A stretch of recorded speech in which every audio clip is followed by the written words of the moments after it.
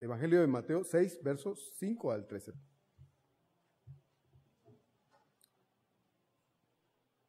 Si ya lo tienen, vamos a leer juntos. Hemos estado leyendo este pasaje, pero lo vamos a volver a leer. Mientras no lo concluyamos, lo vamos a estar leyendo. ¿Sí? Mateo 6, 5 al 13. Bien, vamos a leer fuerte, hermanos, los versos 5 al 13. Dice, y cuando ores, no seas como los hipócritas, porque ellos aman el orar en pie en las sinagogas y en las esquinas de las calles para ser vistos de los hombres.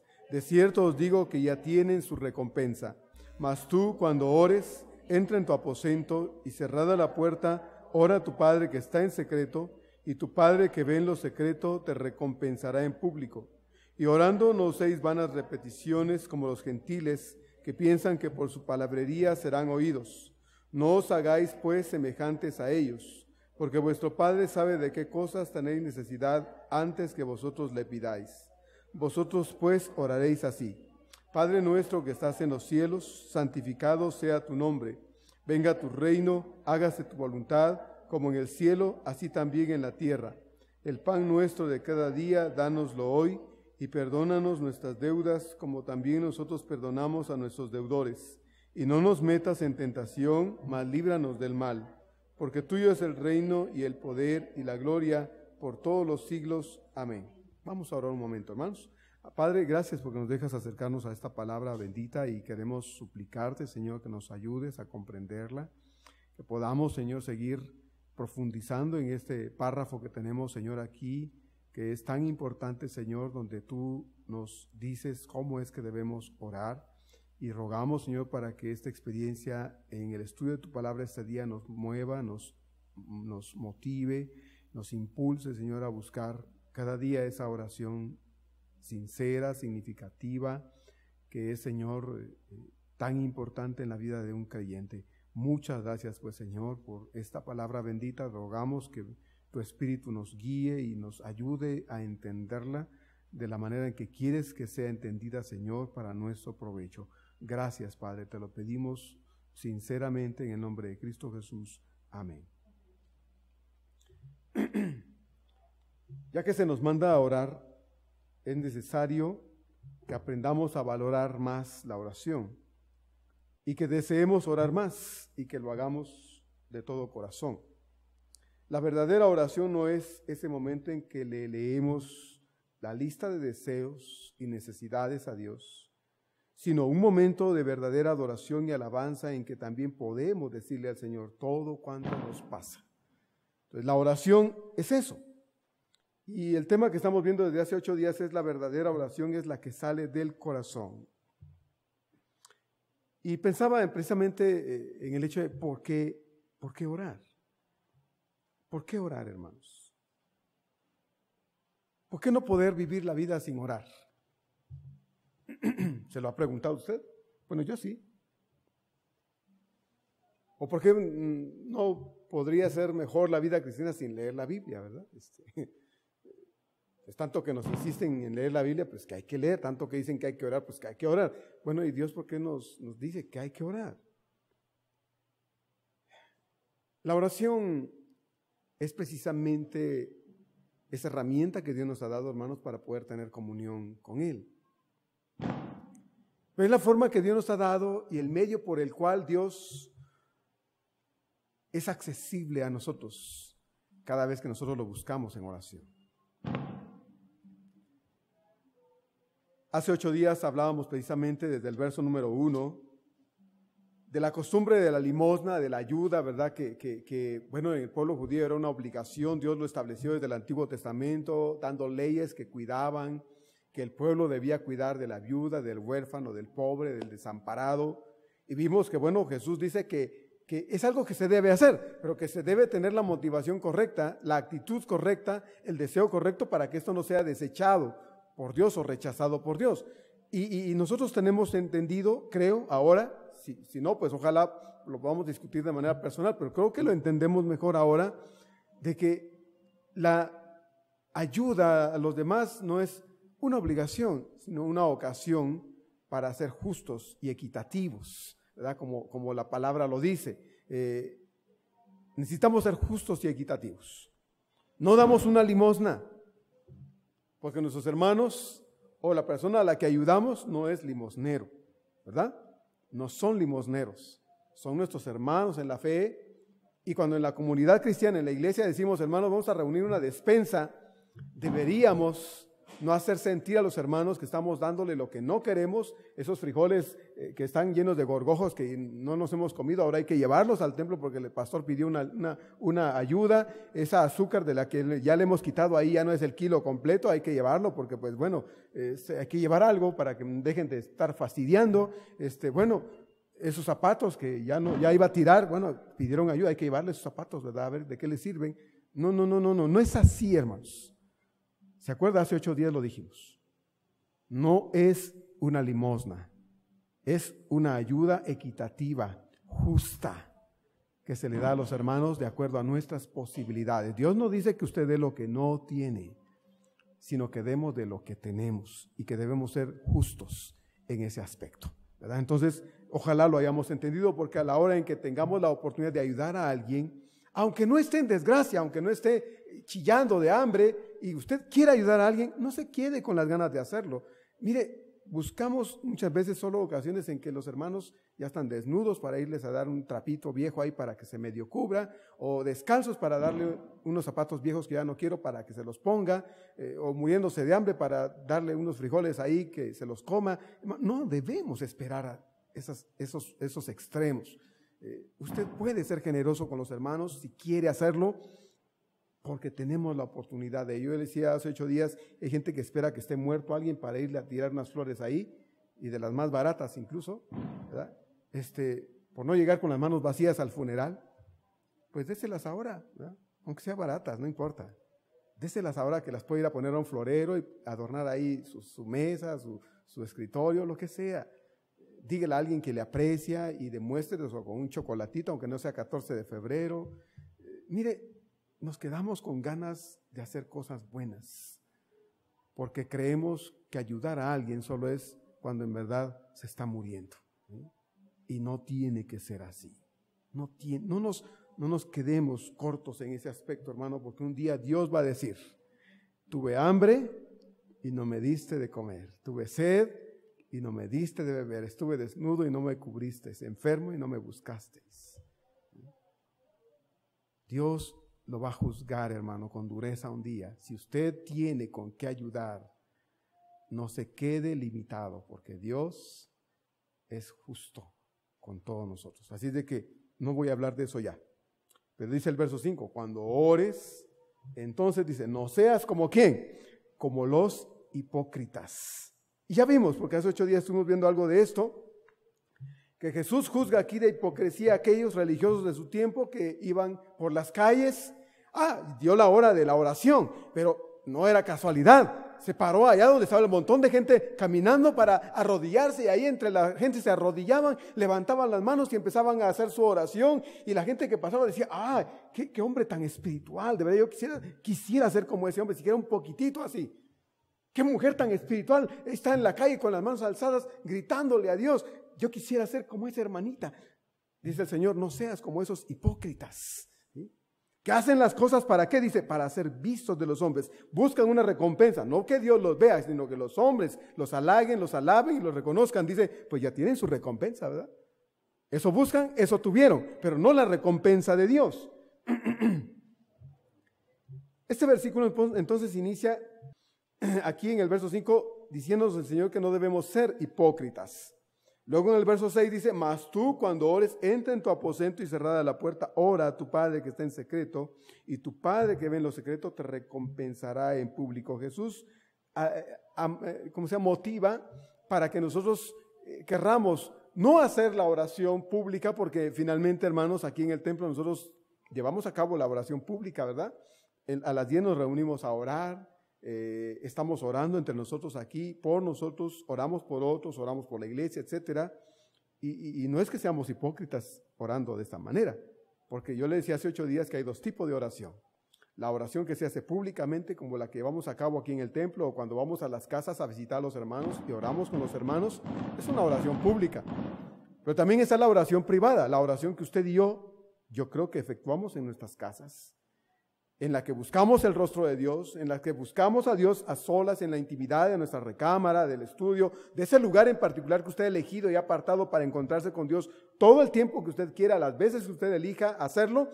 Esa es la oración privada, la que Jesús aquí en el verso 6 está diciendo que debemos llevar a cabo. No está prohibiendo que se ore públicamente.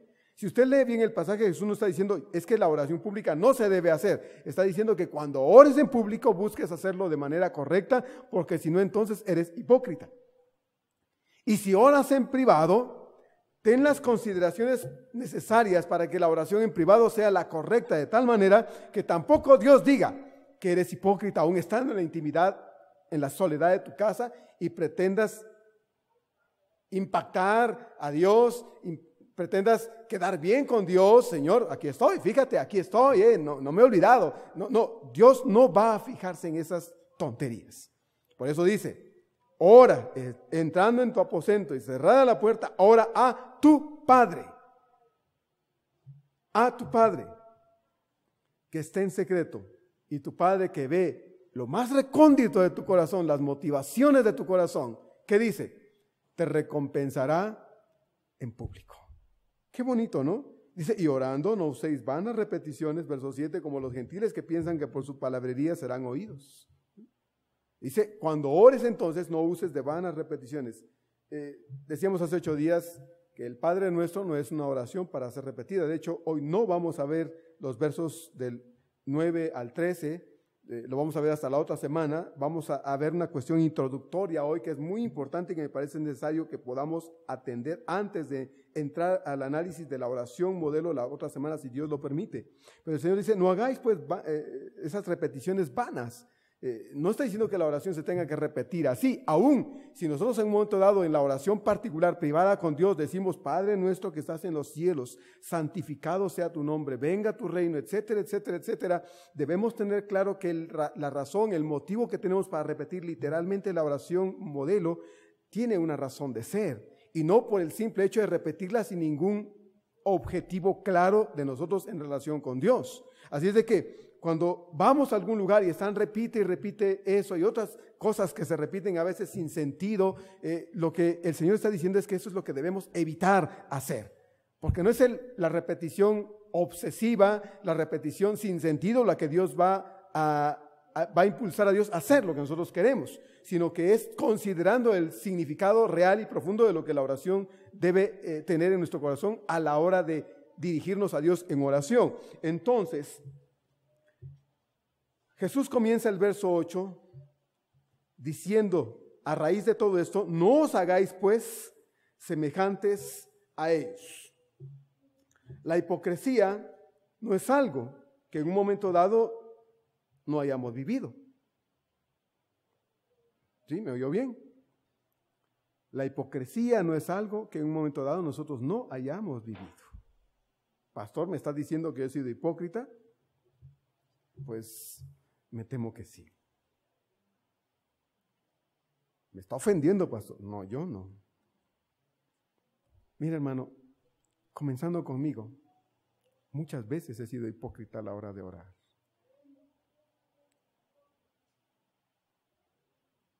Cuando venimos al templo, pensamos que estamos en la presencia de Dios, ¿verdad? Porque esa es la idea general. Voy al templo, o estoy en la presencia de Dios. Pero ¿sabe qué, hermano? El hecho de estar en el templo no significa que estemos en la presencia de Dios. No significa que estemos en la presencia de Dios. Podemos inclinarnos, podemos cerrar los ojos y hacer una oración, y no significa que estemos orando en la presencia de Dios. No. Podríamos tener un edificio muy bonito aquí, edificado con muros muy lujosos, con cosas muy bonitas, y tener un ambiente tal vez, entre comillas, digno para decir, vamos a la presencia de Dios. Y podríamos estar aquí en este lugar, un lugar muy especial, y no estar en la presencia de Dios. Nuestra mente está otras veces en otro lugar. Estamos más pensando en el trabajo pendiente, estamos más pensando en el problema que tenemos que no se resuelve, en ciertas cuestiones de la vida. Nuestro cuerpo está aquí y nuestra mente y corazón en otro lado. No estamos en la presencia de Dios. Podremos meternos en lo más profundo de un lugar para pensar que estamos en la presencia de Dios y no necesariamente estar en la presencia de Dios, hermanos. No. Pues que es muy importante que cuando nos acercamos a Dios consideremos las palabras del Señor cuando Él dice, no seáis como los hipócritas, verso 5. No seáis como ellos, porque la tendencia del ser humano, incluyendo nosotros los cristianos, es a querer agradar a Dios con ciertas cosas y a Dios no lo podemos agradar con nada. Eso es algo que necesitamos tener claro. A Dios no lo agrada el hombre con nada. Podemos pensar, decirle a Dios, Dios, hoy traigo lo mejor de ti, de mí para ti. ¿Qué es lo mejor? ¿Qué es lo mejor que podríamos darle a Dios? ¿Nuestros cantos? ¿Nuestra presencia? Mire, venimos muy guapos todos al templo. ¿Eso impactará a Dios? Y la respuesta es no.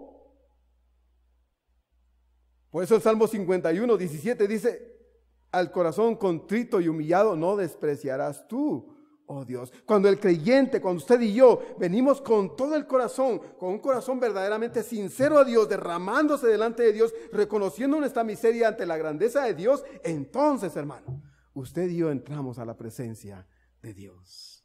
Entonces, solo así. Y necesitamos luchar para que todas las veces que oramos y venimos a la presencia de Dios, sea esta la razón de ser, el motivo que nos trae lo que le traemos a Dios. Un corazón sinceramente quebrantado, reconociendo que nada lo puede impresionar, que nada lo puede impactar, que nada lo puede dejar a Dios de mí con la boca abierta, diciendo este de verdad es único entre todos. No, no puedo impresionar a Dios. Entonces, sí hemos sido hipócritas muchas veces. Yo lo admito de manera personal, haberlo sido.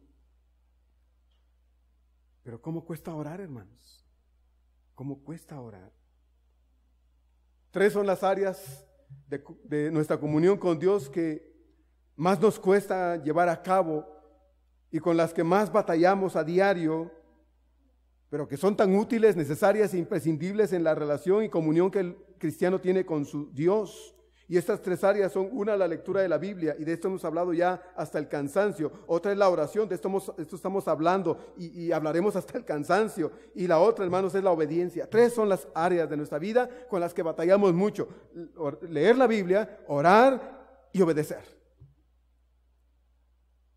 Si leemos la Biblia y no oramos ni obedecemos, dejamos todo esto ni a medias. Si obedecemos, pero no sabemos qué, y estamos yendo como a ver a qué le tiramos, pero estamos leyendo la Biblia, ni estamos orando, estamos igual. O sea, las 3 cosas se tienen que hacer, y Dios espera que nosotros hagamos estas 3 cosas constantemente, cotidianamente, diariamente. Ya sé que le aburre tal vez, y espero que no, pero si hay alguien que le aburra, perdóneme, pero lo voy a seguir aburriendo con lo mismo. ¿Cuánto oró en la semana? ¿Oró?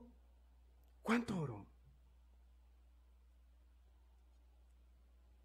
Sabemos que es muy importante que hagamos cada uno de estos aspectos que acabo de mencionar: leer la Biblia, orar, obedecer en nuestra vida cotidiana, pero cada día experimentamos luchas muy fuertes, porque al diablo no le agrada que seamos gente que lee la Biblia, al diablo no le agrada que seamos gente que ora, y no le agrada que seamos personas obedientes. Efesios capítulo 6, que no tiene mucho que lo revisamos. Efesios capítulo 6 nos habla de una guerra que tenemos, de una lucha que tenemos. Y dice Pablo que no es una lucha contra carne y sangre.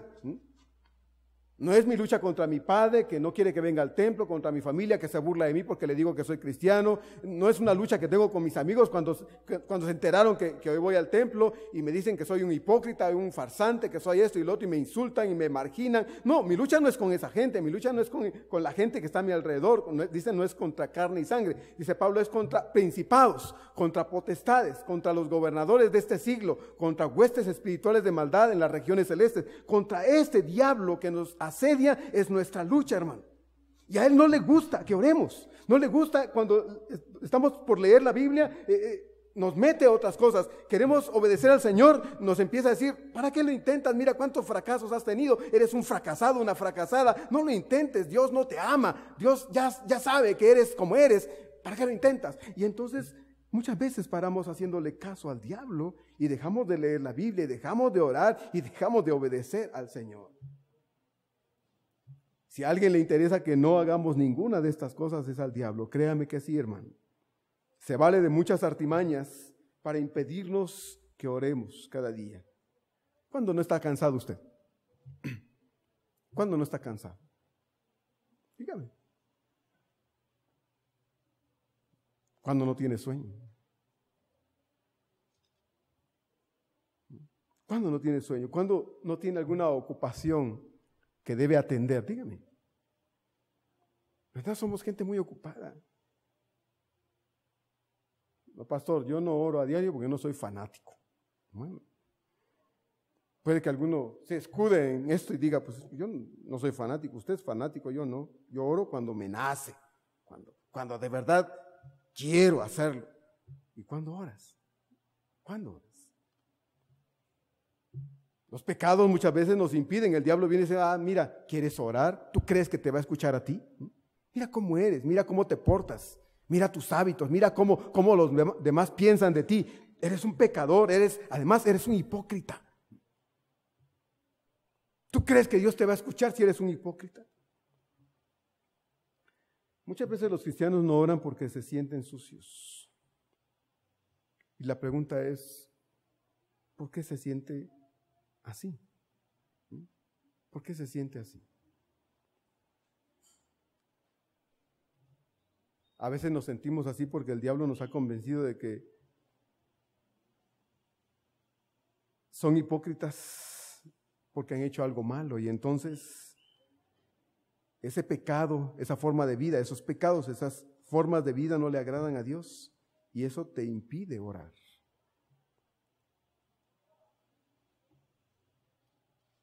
Y si eres así o te portas así, no puedes estar en la presencia de Dios. No puedes.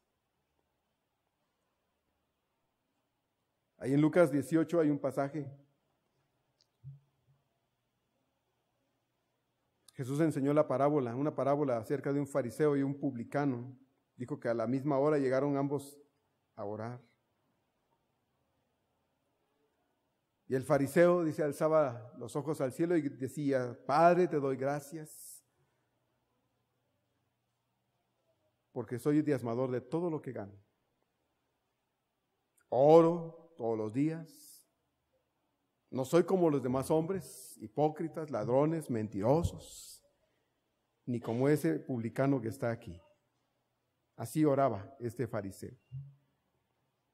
Y dice Jesús, pero el publicano ni siquiera quería alzar los ojos al cielo, ni siquiera. Y oraba dentro de sí y decía, sé propicio a mi pecador, mientras se golpeaba el pecho. Solo eso decía. El fariseo decía, gracias Dios, porque yo no tengo todos los pecados que ese tiene. Y el publicano decía, gracias Dios, porque me amas, aunque no soy tan santo como este y tengo todos los pecados que ese no tiene. Y dice el Señor, ¿quién creen ustedes que descendió justificado?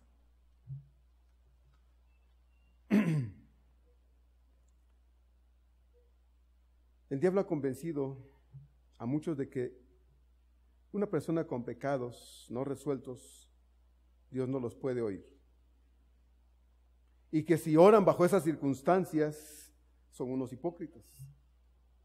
Y así los tiene el diablo a esos creyentes callados, sin comunión con Dios y en desobediencia para con Dios.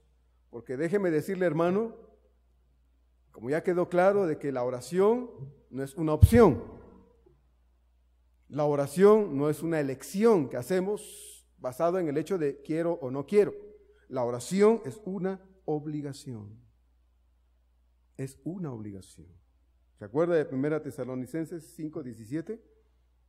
Orad sin cesar. Es una orden. Y si usted y yo no estamos orando, estamos en desobediencia con Dios. Y si estamos en desobediencia con Dios, estamos en pecado. Estamos en pecado. Dios no nos pide permiso. No nos dice que debemos elegir si queremos o no. Él dice, ora. Y el hecho de mandarnos a orar indica que nosotros necesitamos estar en la condición de obedecer a Dios. Nos guste o no nos guste. Querramos o no querramos. Y bajo esas circunstancias, Dios espera que aunque no tengamos ganas de orar, en obediencia al Señor, podamos vencer nuestro desgano y nos doblemos ante el Señor y le digamos, Señor, no quiero orar, no me apetece orar, no tengo ganas de orar, pero aquí estoy, Señor. Aquí estoy, Señor, y con todo mi corazón te lo digo, soy honesto porque no te puedo decir, Señor, con una sonrisota, Señor, aquí estoy en un encuentro contigo, pero por dentro pensando, qué feo es estar aquí. ¿Verdad? Porque tal vez aquí, cuando le decimos a alguien, hermano, nos dirige en oración, sí, pastor, ay, sí, debería poner a otro. ¿Verdad? Yo no puedo ver eso, pero Dios sí lo ve. Dios sí lo ve. Entonces no puedo venir al Señor y decirle, Señor, aquí estoy con todo mi corazón y su corazón en otro lado. ¿Me entiende? No deberíamos hacerlo, pero Dios nos manda a obedecer. Cuando usted y yo nos autoobligamos a hacer ciertas cosas, no somos hipócritas, somos obedientes. Somos obedientes. No tenemos por qué no orar, porque si aún hubiésemos pecado, Dios ha prometido perdonarnos.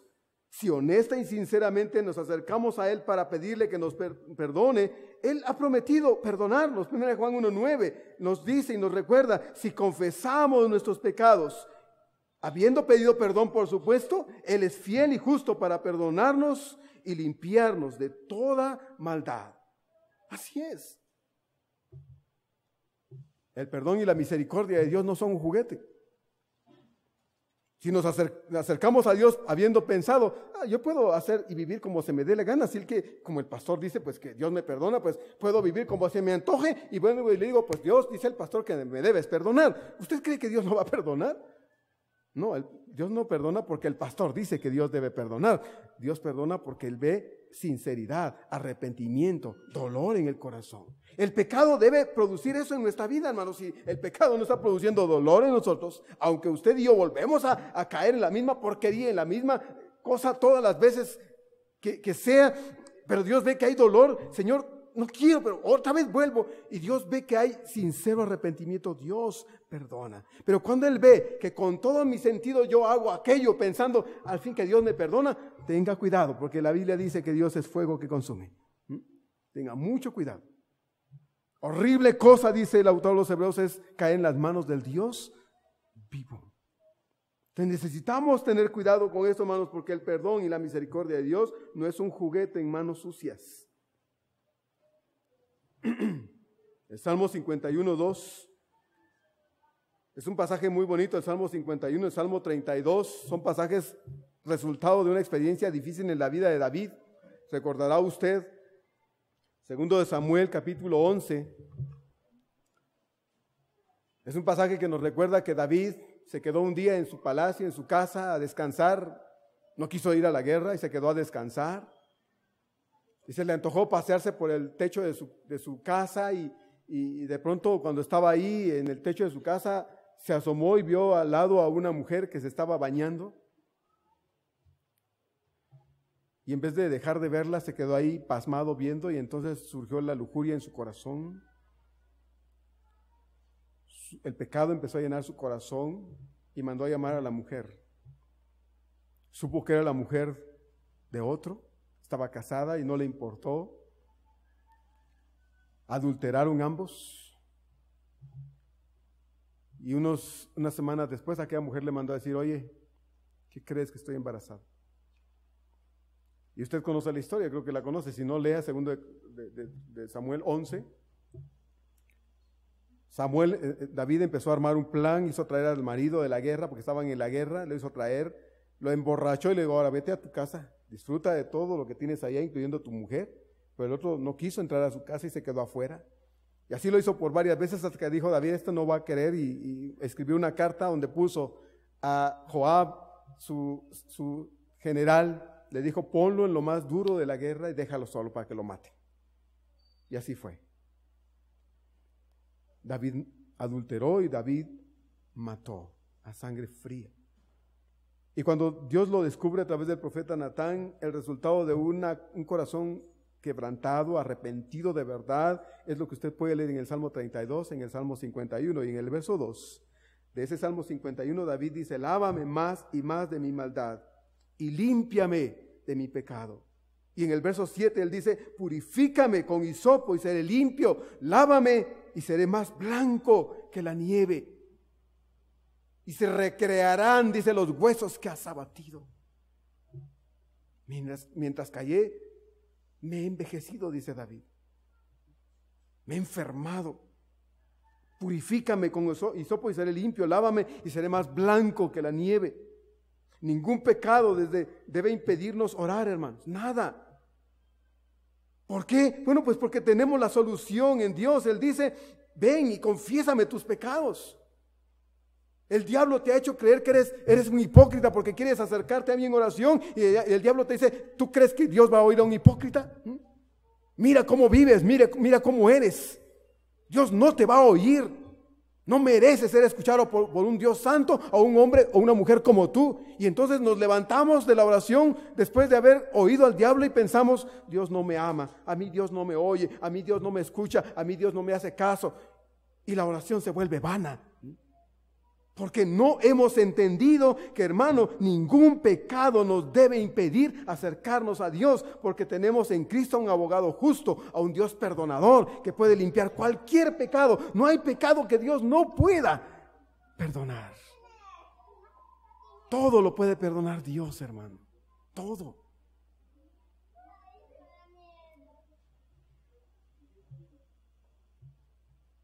Cuando pedimos arrepentidamente perdón, Dios nos perdona. Eso es algo que usted y yo deberíamos tener claro todos los días, todas las veces. Purifícame con hisopo y seré limpio, lávame y seré más blanco que la nieve. No hay pecado entonces que Dios no pueda perdonar, que Dios no quiera perdonar. Dios no perdona lo que no se confiesa. Dios no perdona lo que nosotros no queremos que Dios perdone. Lo que sea, Dios lo perdona porque esta es su promesa. Salmo 51, 17. Al corazón contrito y humillado no despreciarás tú, oh Dios. A María la llaman Inmaculada, ¿verdad? Inmaculada María. ¿Sabe qué? No solo a uno Dios quiere ver inmaculado, Dios quiere ver inmaculados a todos sus hijos. Cuando usted y yo venimos a Él y pedimos perdón por lo vil que hemos hecho, por lo mal que nos hemos portado y le decimos, Dios, sé propicio a mí, pecador, sé propicio. ¿Sabe qué Dios hace con usted? ¿Sabe qué Dios hace conmigo? Nos hace inmaculados. Sí, inmaculados. En el capítulo 12 de aquí de Mateo, en los versos 31 y 32, el Señor dijo que la blasfemia contra el Espíritu Santo era algo imperdonable. Tal vez usted ha oído de ese famoso pecado imperdonable. Muchos dicen que en verdad es imperdonable, contrariando la Escritura, porque la Biblia dice que todo lo perdona Dios. 1 Juan 1:9. Si confesamos nuestros pecados, Él es fiel y justo para perdonarnos de nuestros pecados y limpiarnos, ¿qué dice? De toda maldad. Pablo mismo, cuando él escribe a Timoteo en su primera carta, en el capítulo 1, hablando de él, dice, habiendo yo sido antes blasfemo, injuriador, etc. Mas dice, fui traído a misericordia. ¿Blasfemaría Pablo el nombre de Dios? ¿Blasfemaría Pablo el nombre del Padre, del Hijo, del Espíritu Santo? ¿Blasfemaría Pablo viendo a Jesús haciendo milagros probablemente, o a sus discípulos haciendo milagros, diciendo, estos están confabulados con el diablo? Sí, probablemente. ¿Por qué dijo el Señor que el pecado de la blasfemia contra el Espíritu Santo era imperdonable? Bueno, lo dijo en un contexto, y lo podemos leer en el contexto que aparece ahí en el capítulo 12, cuando el Señor sanó a aquel endemoniado, que era ciego y mudo. Lo sanó y los religiosos de su tiempo, cuando vieron a este hombre sano, En vez de gritar, gloria a Dios, nunca hemos visto cosas tan extraordinarias y venir a decirle, Señor, ¿cómo es que tú puedes hacer estas cosas tan extraordinarias? Como Nicodemo le dijo, si no está Dios contigo, no lo podrías hacer. Dinos, queremos conocer a Dios a través tuyo. ¿Sabe qué dijeron? Dijeron, por Belcebú, príncipe de los demonios, echa fuera a los demonios. Así dijeron, y Jesús viendo el corazón, porque dice Juan 2, que no necesitaba que nadie le dijera nada de nadie porque conoce el corazón del hombre, sabiendo que en el corazón de esos hombres eran duros, él dijo, todo pecado le será perdonado a los hombres, todo pecado, excepto la blasfemia contra el Espíritu Santo.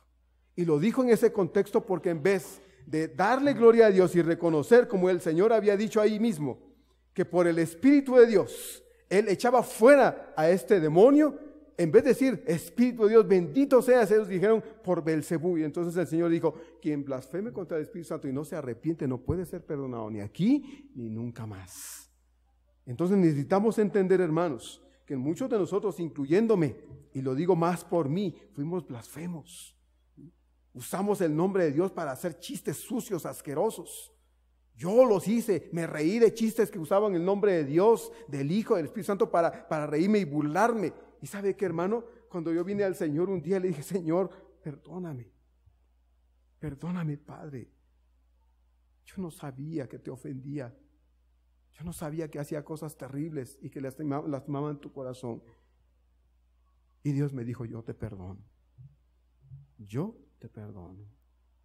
Lávame y seré más blanco que la nieve. Límpiame con hisopo. Límpiame. Y el Señor me limpió, hermano, con su sangre preciosa. ¿Puedo yo decirle ahora al diablo, sabes qué? No me vas a engañar. ¿Tú crees que me vas a convencer de que yo soy un pecador y por eso Dios no me oye? Abogado tengo para con el Padre a Jesucristo, el justo. Y yo sé que Dios va a oír mi oración. Jesucristo no está diciendo que no oremos, sino más bien nos está diciendo que oremos y que lo hagamos sinceramente. Verso 5a, no seáis como los hipócritas, de nuevo. Y cuando oréis, dice, no seáis como ellos. Verso 6, mas tú cuando ores. Verso 7, y orando no seáis vanas repeticiones. Verso 8, no os hagáis pues semejantes a ellos. Y este pues del verso 8 implica que Dios quiere que oremos. Dios quiere. Muchas cosas como padres ordenamos a nuestros hijos, ve y hazlo. Aunque les decimos por favor, les decimos ve y hazlo. Estamos dando una orden. Sabemos que es por bien de ellos. Cuando Dios dice ve y ora, sabe que es para nuestro bien, hermano. Cuando usted se levanta de orar, Dios no es más Dios de lo que era antes de que usted se inclinara a orar. Dios no es más santo de lo que Él era antes de que usted orara. Mi oración, su oración, la oración de todos los creyentes juntos no hace más poderoso a Dios, no hace más santo a Dios, no hace más digno a Dios. Dios es digno por sí mismo y en sí mismo, en esencia. Dios es Dios antes de nosotros, después de nosotros y sin nosotros. Dios necesita ser buscado de nosotros, hermanos. Dios necesita ser buscado de nosotros por nuestro bien, no por Él.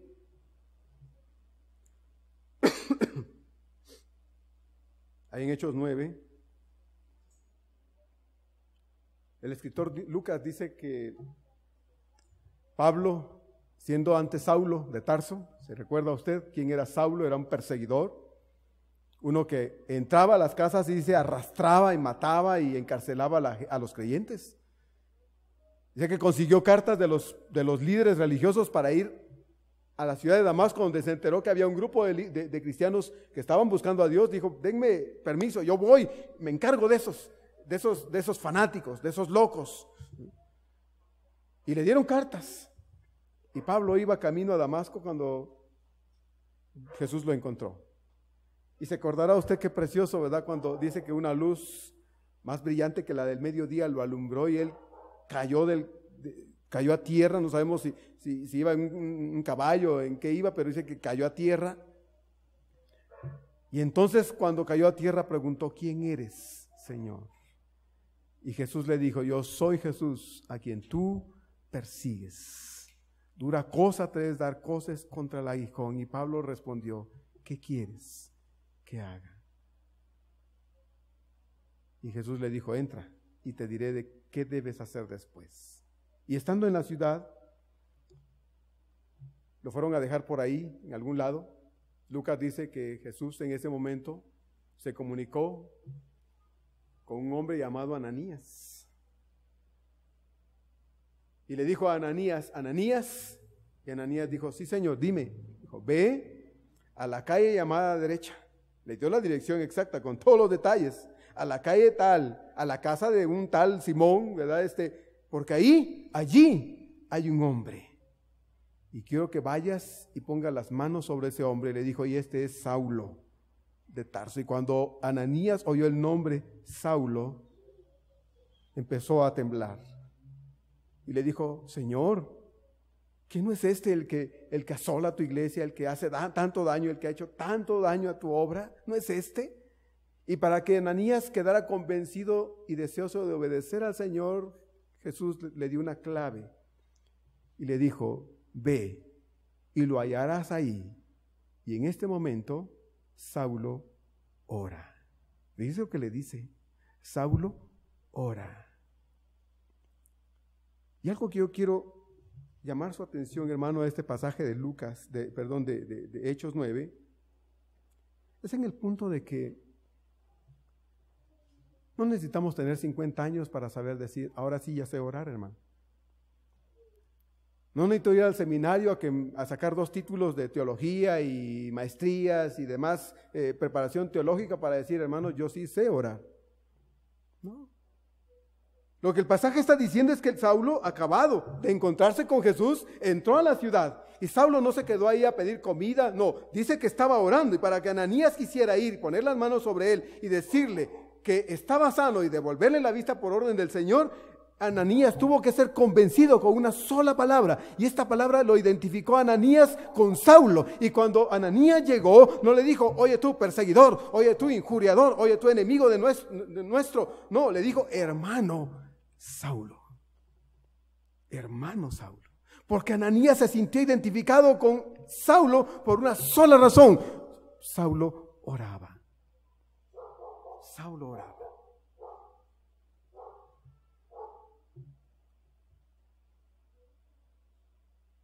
Ahí en el capítulo 2 de Hechos, en el verso 41 y 42 dice, así que los que recibieron su palabra fueron bautizados y se añadieron aquel día como 3,000 personas. Y luego dice en el verso 42, y perseveraban en algunas cosas, en la doctrina de los apóstoles, en la comunión unos con otros, en el partimiento del pan, y dice al final en el verso 42, y en las oraciones. En las oraciones. Hermanos queridos, todo creyente verdadero ora. Todo creyente verdadero tiene que orar. Si una persona no es de Dios, no ora. Si usted cree que conoce a Dios, que ha recibido a Cristo en su corazón, si usted está convencido de que Él está en su vida y que Él es el Señor de su vida, usted tiene que desear orar. Usted tiene que querer orar.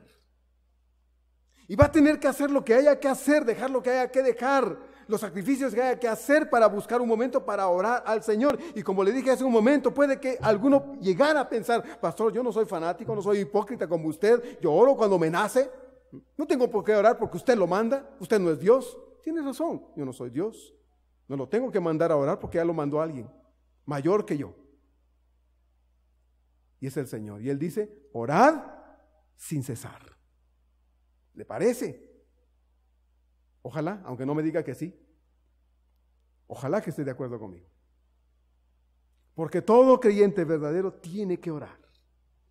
Pablo no sabía nada del Evangelio, no sabía nada de Cristo, nada de la iglesia, nada de la fe verdadera. Y allí, en aquella humilde casa de Damasco, Pablo oraba.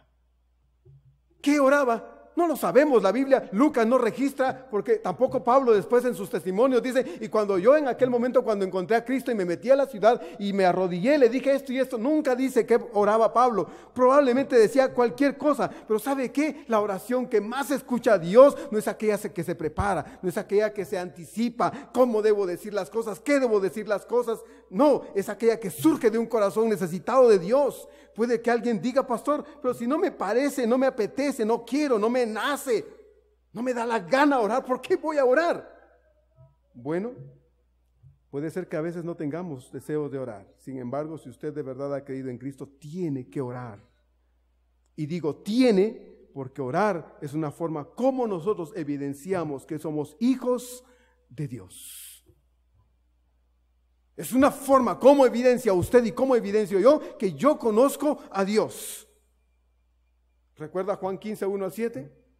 Yo soy la vid verdadera, vosotros los pámpanos.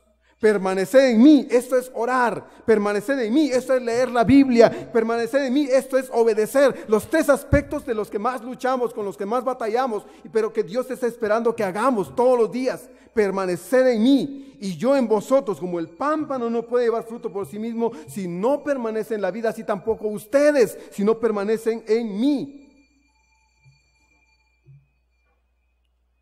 Si usted no tiene deseo de orar, es cuando más necesita orar.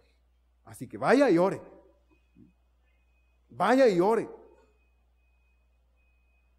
Pero pastor, yo no voy a orar si no quiero. Bueno, entonces usted no ha nacido de nuevo. Entonces usted no ha nacido de nuevo. El Señor dijo, por sus frutos los conoceréis. Y un fruto que Dios desea ver en nosotros, hermanos, es nuestra dependencia de Él. Lo dijimos no hace mucho, hace 15 días hablábamos de esto. ¿Qué es permanecer en el Señor? Permanecer en el Señor es una comunión y una dependencia cotidiana con Dios todos los días mientras vivamos, toda nuestra vida, comunión y dependencia de Dios. Y esta comunión y esta dependencia de Dios no se puedan llevar a cabo, hermano, si usted y yo no oramos, si usted y yo no tomamos tiempo para leer la Biblia. Hay creyentes que no saben dónde dejaron la Biblia desde el domingo anterior hasta el domingo que van a ir al templo. No saben dónde está. Dígame usted si eso es de un creyente verdadero. Que ya no se acuerda cuándo fue la última vez que habló con Dios, porque ni siquiera para comer oran. Les ponen la comida enfrente. Ni siquiera para darle gracias a Dios. Decía una persona, yo soy rápido para orar. Cuando me dan la comida, digo, Dios, gracias. Amén. ¿Sí? No necesito decir más. Puede ser. Puede ser. Un hermano decía en su testimonio personal, decía ahí, bueno, un hermano me invitó a comer, dice, en la iglesia, un pastor recién llegado a una iglesia, un hermano me invitó a comer y fuimos. Y entonces, bueno, yo pretendiendo ser amable con el hermano, dije, hermano, diríjanos en oración antes de tomar los alimentos. Dice, el hermano empezó a orar. Y oró por mí, por mi esposa, por mis hijos, por mi ministerio, por la iglesia, por esto, por todos. Hermano, yo ya no estaba escuchando la oración. Estaba escuchando mis tripas, dice. Tenía tanta hambre que cuando vi la sopa, dice el hermano bromeando, ¿no? Dice, vi la sopa y dije, pues no tenía hongos. No tenía hongos la comida, ya hasta hongos le salieron, dice, porque se tardó tanto el hermano para orar. ¿Qué dice el Señor? No seáis como ¿qué? Como los hipócritas, que oran para hacer ¿qué? Oídos y vistos de las personas. Sí, necesitamos aprender a hacer las cosas, ¿sí? Si usted no tiene deseos de orar, es cuando más necesita orar. Vaya y ore. Si aún por sobre nuestro desgano o lo que sea que nos está queriendo impedir que vayamos y oremos, no somos hipócritas, ni fanáticos, ni locos cuando vamos y oramos, aún en contra de ese malestar, ese desgano, ese no quiero, y usted se va y se lleva y ora, no está siendo hipócrita, no está siendo fanático ni loco, está siendo obediente. Está siendo obediente porque Dios dice en su palabra, ora sin cesar. Y esto, hermano, honra a su Padre Celestial, no a mí. Porque yo no le voy a pedir cuenta el siguiente domingo y me va a dar un control, un registro de sus tiempos de oración. No lo pedimos aquí. Se estuvo pidiendo un registro de lo que estaba leyendo, de si estaba leyendo o no. hace poco y se dejó de hacer porque tampoco queremos que se convierta en una carga de, ay, la hermana me va a pedir y encontramos papelitos tirados. Bueno, no queremos simplemente que usted se sienta obligado a hacer algo porque dicen que no. Convénzase a sí mismo de que esto es bueno para usted. Convenzámonos a nosotros mismos de que esto es bueno para nosotros.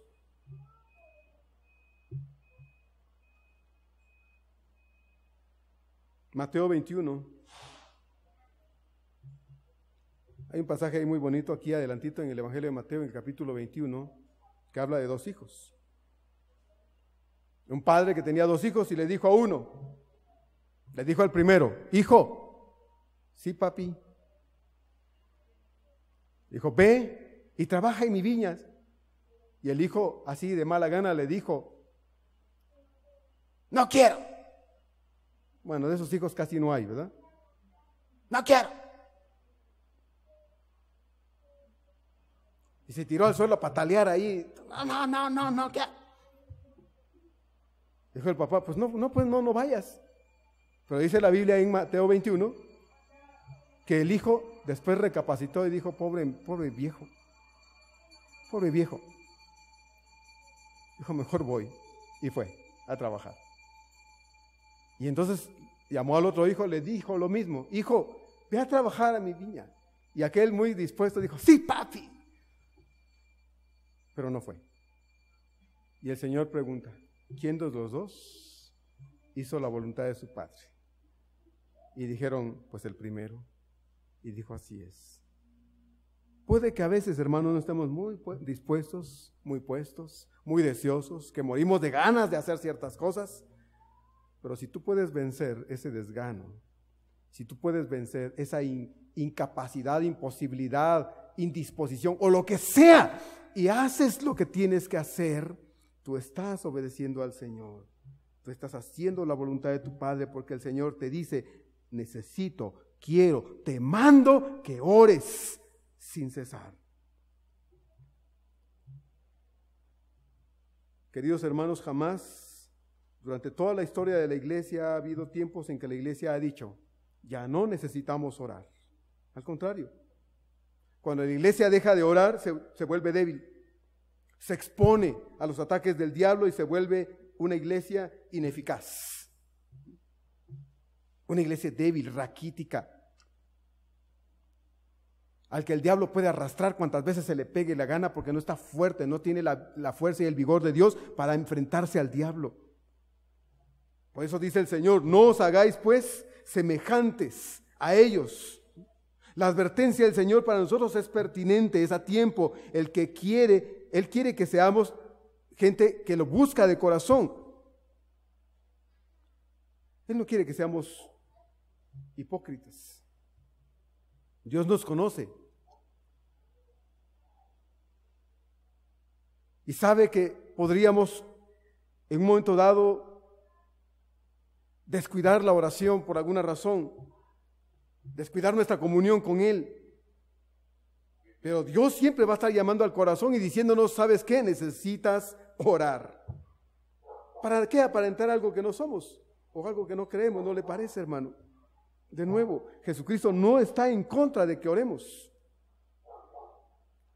Lo que Él quiere es que lo hagamos sin hipocresía, con motivos correctos, no equivocados, con una actitud correcta, no incorrecta, tal y como lo hacían los creyentes de antes, como lo hacen muchos creyentes hoy, quizá como lo hacemos o lo hacen muchos aquí en la iglesia. Cada semana yo preparo un sermón. Tomo tiempo en la semana para estudiar, para oír, para indagar, para estar seguro de que lo que yo voy a decirle acá no esté equivocado y esté basado en la Escritura. Y trato de escribirlo, de modo que cuando yo vengo aquí con usted, tengo las bases bíblicas para expresarle y decirle lo que yo creo que usted debe oír, porque Dios lo puso en mi corazón y usted necesita oírlo tanto como yo lo oí durante la semana cuando Dios me vio trabajando con esto. Y lo traigo aquí preparado y leo muchas cosas aquí literalmente como las pensé en ese momento. Pero ¿sabe qué, hermano? Cuando usted y yo venimos a Dios, no necesitamos traer nada preparado. Cuando oramos no necesitamos nada preparado, nada estudiado, no necesitamos un escrito prefabricado para hablar con Dios. No, Dios nos ve nuestro ve nuestro corazón, no ve nuestra boca. Dios no ve nuestra lengua, cuán eficaz se mueve, cuán bueno habla, cuán bien habla. No, Dios ve nuestro corazón. Dios ve nuestras actitudes. Dios juzga correctamente mis intenciones al orar. ¿Se acuerda el publicano otra vez? Lucas 18. Sé propicio a mi pecador. Pastor, cuando yo voy en el carro, cuando estoy trabajando, cuando estoy haciendo mis quehaceres, yo estoy orando. Sí, yo estoy orando. Estoy hablando con Dios, le digo, Dios, dame tu bendición.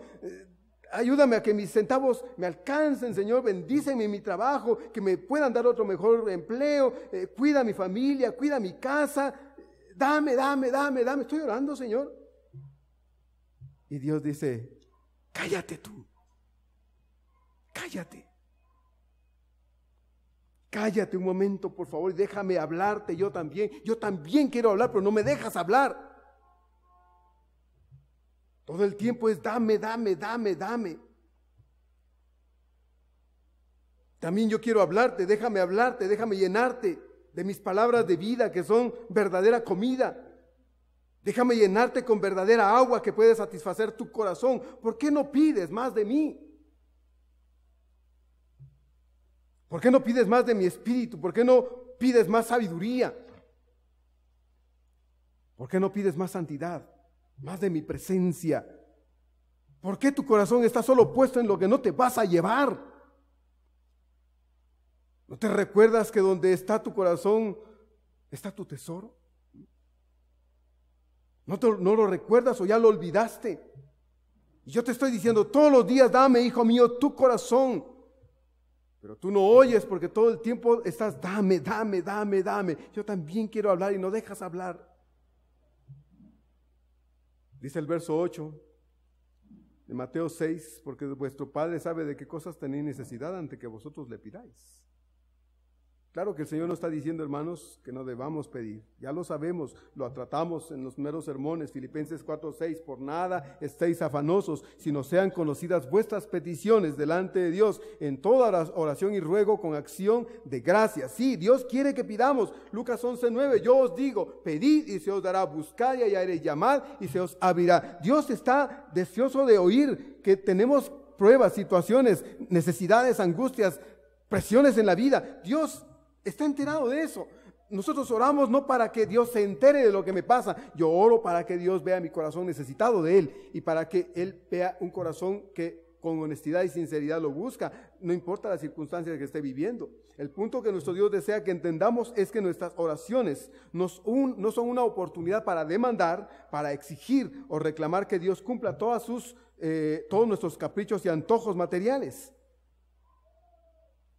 ¿Cuándo se le alaba, hermano? ¿Cuándo se le alaba? ¿Cuándo se le glorifica por su fidelidad, por su cuidado, por su perdón? ¿Cuándo se le reconoce reverentemente como Padre, como Señor y como Dios?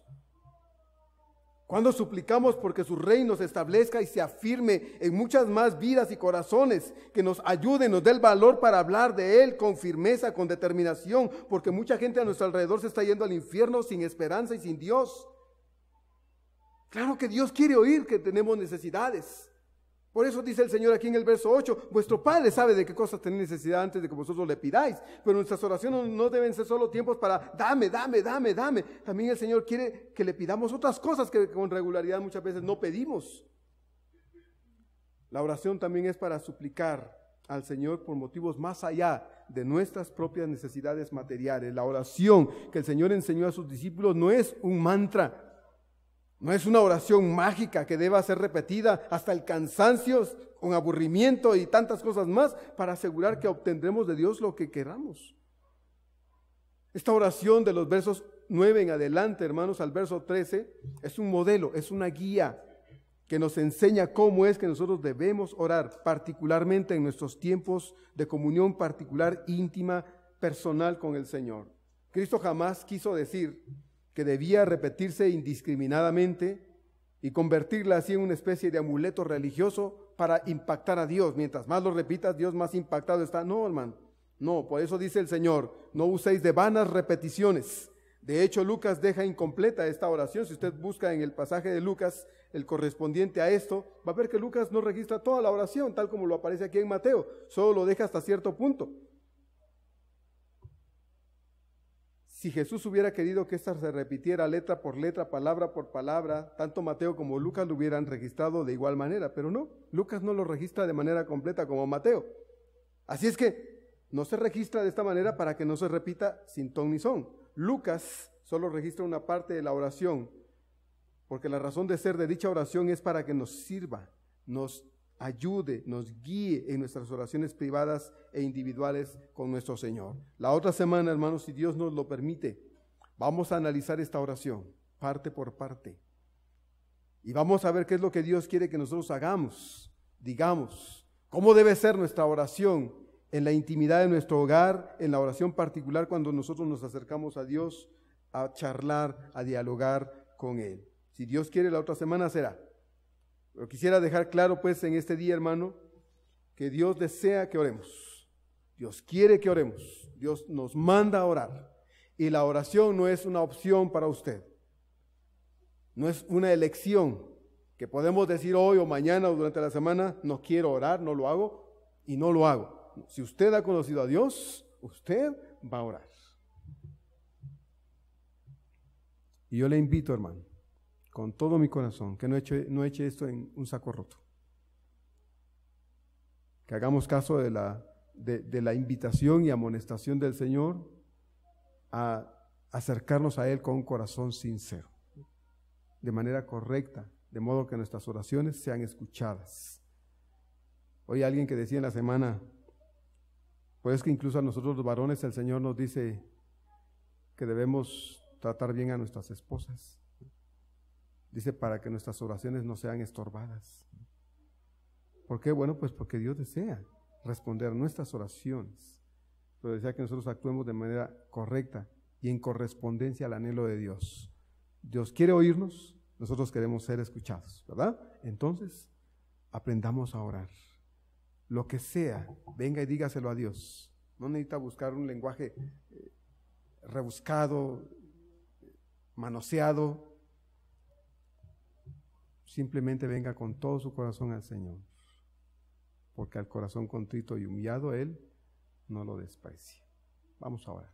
Padre amado, en esta tarde te damos gracias por esta palabra bendita que nos has hablado. Tú, Señor, dices en tu palabra que necesitamos orar. Por eso Pablo, cuando escribe a los romanos, también habla de la oración y habla de que la oración debe ser una oración constante. Constantes en la oración. Padre amado, ayúdanos a no echar en saco roto tu palabra. Ayúdanos, Señor, a darnos cuenta de que si te hemos conocido, Señor, una prueba de esa relación contigo es que oramos. Sería terrible, Señor, que la vida de algún creyente, Padre, fuera marcada por la ausencia de la oración, porque entonces estaría en duda el hecho de que te conozca. Señor, no queremos que eso nos pase. No quisiéramos, Señor, que nadie, creyendo ser un cristiano, Señor, no lo sea. Y esté en riesgo, Señor, toda la eternidad. Mi Señor, ayúdanos a ser jueces de nosotros mismos, a evaluar, Señor, nuestra relación contigo en base a lo que hacemos, buscándote o no. Tú dijiste, Señor, que debemos permanecer en ti. Y esta permanencia, Señor, claro que a veces tiene que ser incluso forzada de nuestra parte con nosotros mismos. Pero forzarnos de esta manera a hacer algo que creemos que Dios manda y que debemos obedecer, sin duda alguna, Señor, será prueba de que te conocemos. Porque al hacerlo, Señor, estaremos siendo obedientes, no hipócritas. Amado Señor, permítenos pues entender estas cosas, para que esta semana, Señor, si tú quieres que la vivamos, podamos vivir tiempos deliciosos contigo en oración. ¿Qué haya que hacer? ¿Qué haya que dejar de hacer? ¿A qué le tendremos que quitar tiempo, sacrificar qué cosas, Señor? Eso yo no lo determino en la vida de los demás, pero sí en mi propia vida. Y yo espero, Señor, que los que estamos hoy aquí oyendo, podamos ser capaces de hacer esto, Señor.